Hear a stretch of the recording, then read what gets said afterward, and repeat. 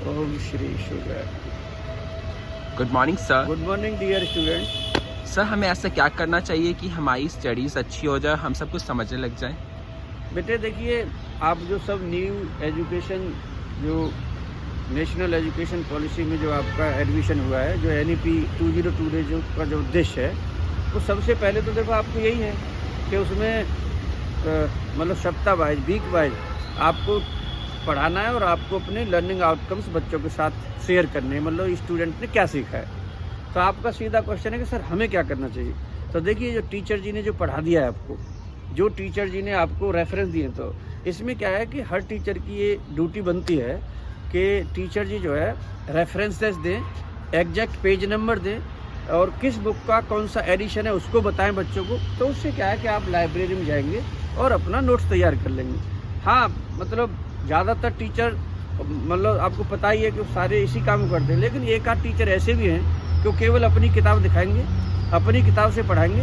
तो आपको जैसे हम बिजनेस लॉ पढ़ा रहे हैं, तो इसको समझ लो कि वो तो आपको इन्विटेशन दे रहे हैं कि जी मेरी किताब को आप पढ़ें, मेरी किताब को देखें। और क्योंकि मैं टीचर हूँ, मेरे को इंटरनल देना है, तो स्वाभाविक रूप से बच्चा उसमें अंडर प्रेशर रहेगा, तो वो आपको खरीदेगा।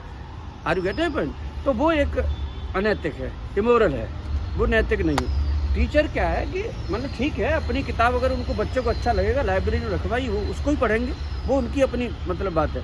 लेकिन हर टीचर जी को ये चाहिए कि ज़्यादा से ज़्यादा जो बुक्स, जो रेफरेंस बुक्स, जो यूनिवर्सिटी का सिलेबस है, चाहे साइंस का सिलेबस है, चाहे आर्ट का सिलेबस है, चाहे पॉलिटिकल साइंस का, चाहे इंग्लिश का, चाहे कॉमर्स का है, वो जो है उन पेज नंबर और रेफरेंस है जो और बुक्स हैं जिनसे उन्होंने पढ़ा है, या जो आज की डेट में NEP जब से लागू हुई है 2 नवंबर 2022 से, उसमें जो रेफरेंसेस हैं सब के सब उस पर ध्यान देना चाहिए।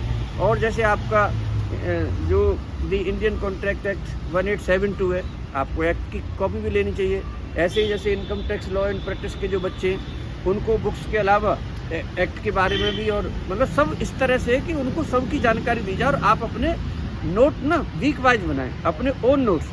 तो जो बच्चा इतना हमने दे दिया, आपको रेफरेंसेस बता दिए और आपको सारा का सारा, और इसमें हर टीचर जो है ना एक वीक वाइज जो है बच्चों को मतलब कि ये भाई मैंने इस दिन इस तारीख को इस रूम में ये पढ़ाया था, ये रेफरेंस है। तो उनको अगर रिवीजन अगर हो जाता है, तो भाई साहब यही जो बच्चे हैं ना, ये इतने सारा जो प्राइवेट सेक्टर है, ये कहीं का भी नहीं रहेगा। फिर हो क्या रहा है कि कुछ टीचर है, मतलब ज़्यादातर तो आपको पता ही है अपनी मेहनत कर रहे हैं, लेकिन कुछ टीचरों ने इतनी यहाँ पे अनियमितता फैला रखी है कि उनकी वजह से मतलब क्लास नहीं लेंगे, या ट्यूटोरियल्स के नाम पे उसको नहीं लेंगे, मतलब क्लास बंक करेंगे या वो कैंसिल करेंगे।